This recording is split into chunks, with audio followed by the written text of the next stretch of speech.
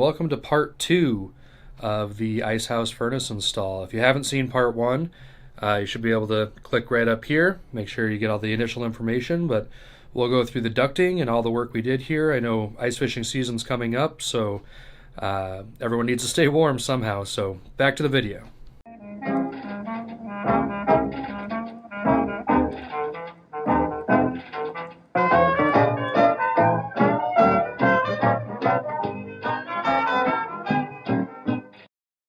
This is where we're cutting the hole through the outside of Jerry's shack, and our precise measuring you can see marked out on the wall. And what I've done is I pre-drilled the corners, so that's going to allow me to take the jigsaw, make a nice clean cut all the way around.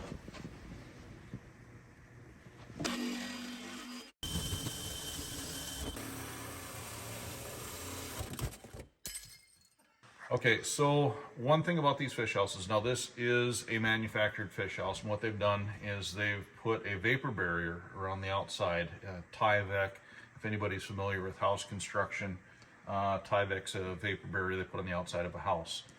So they have that on the outside here, and if you look down in the hole, you can see a little flap of it right here.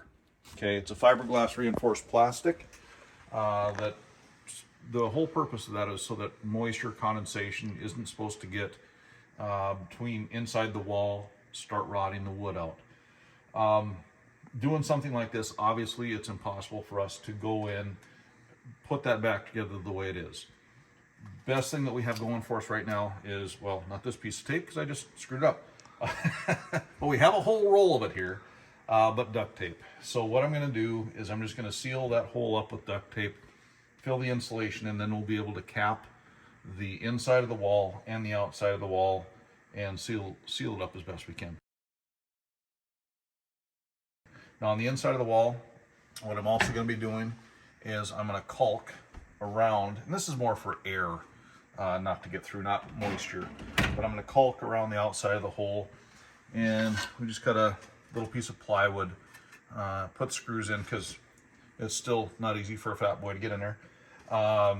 Pre-drilled, put the screws in so that I can just set it up there and finish screwing it in nice and easy.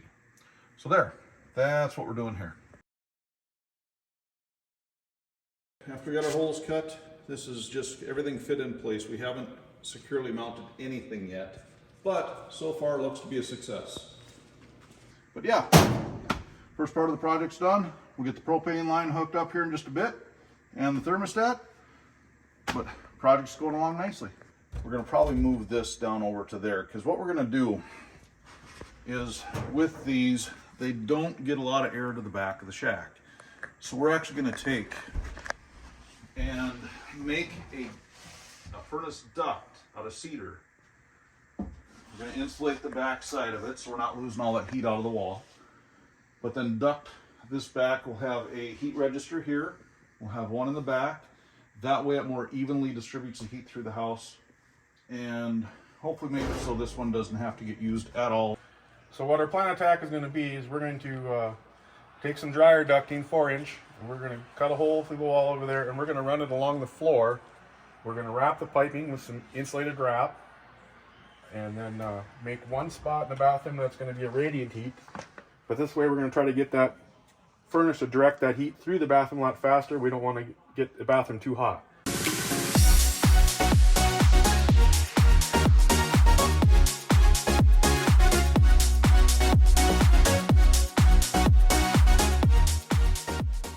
So for the registers, they kind of fill these up and leave them so it just has a couple of tabs in there where you can knock them out pretty easy. Gives you lots of different mounting options. In the front here, it's got 3 of them.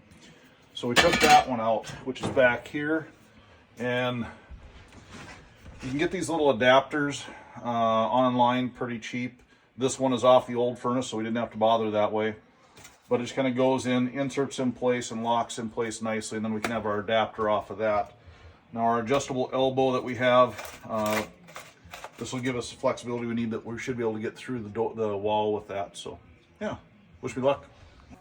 Okay, so that would have been much easier if we had drilled our own hole, but then we would have had lots of extra holes in the wall. So, but finally got it.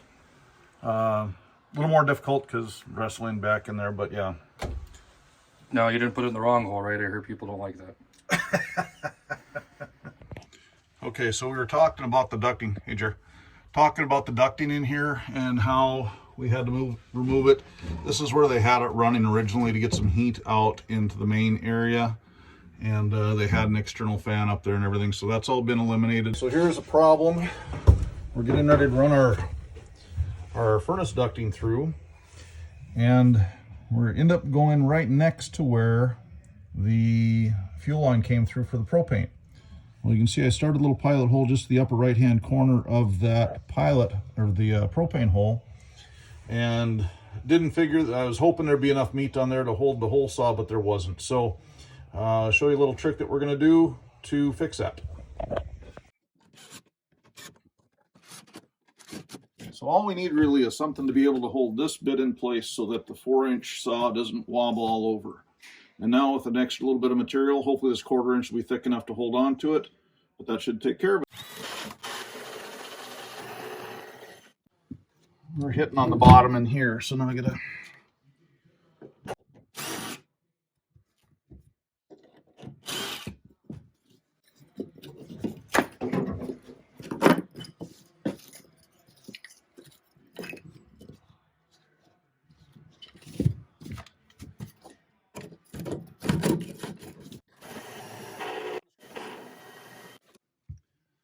now comes the fun part, because the wall is thicker than the space we have in the depth of the saw blade. Now we get to chisel a little bit and do it again. Hey, you can see it through here now.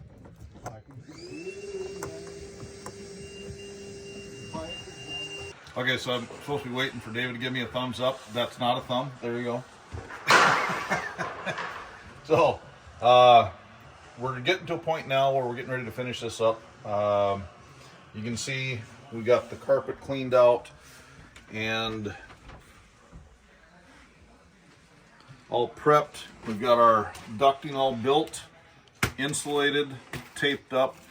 So now we got to do is slide everything in place. What we're going to start working on now is building our decorative cover that's going to go over the nice shiny silver ducting.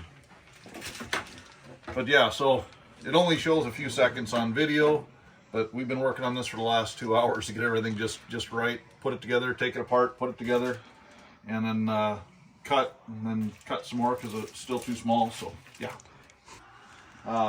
Time consuming, but we're making sure everything's done right here. Basically what we got the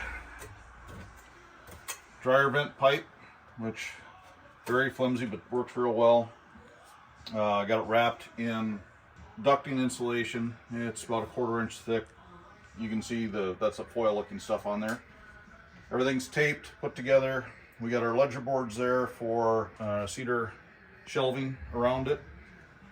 Now in the bathroom in the front corner, we're just going to let the radiant heat out of that front corner work as heating up the bathroom here. If we need more than that, we can always poke a hole in it and bring some air out of there. Come through here, we're not going to have any registers here. Our first register for the main part of the shaft will be sitting right here. And then the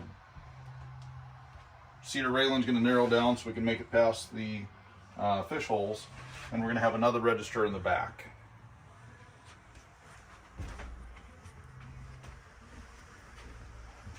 That way it keeps everybody's feet nice and warm.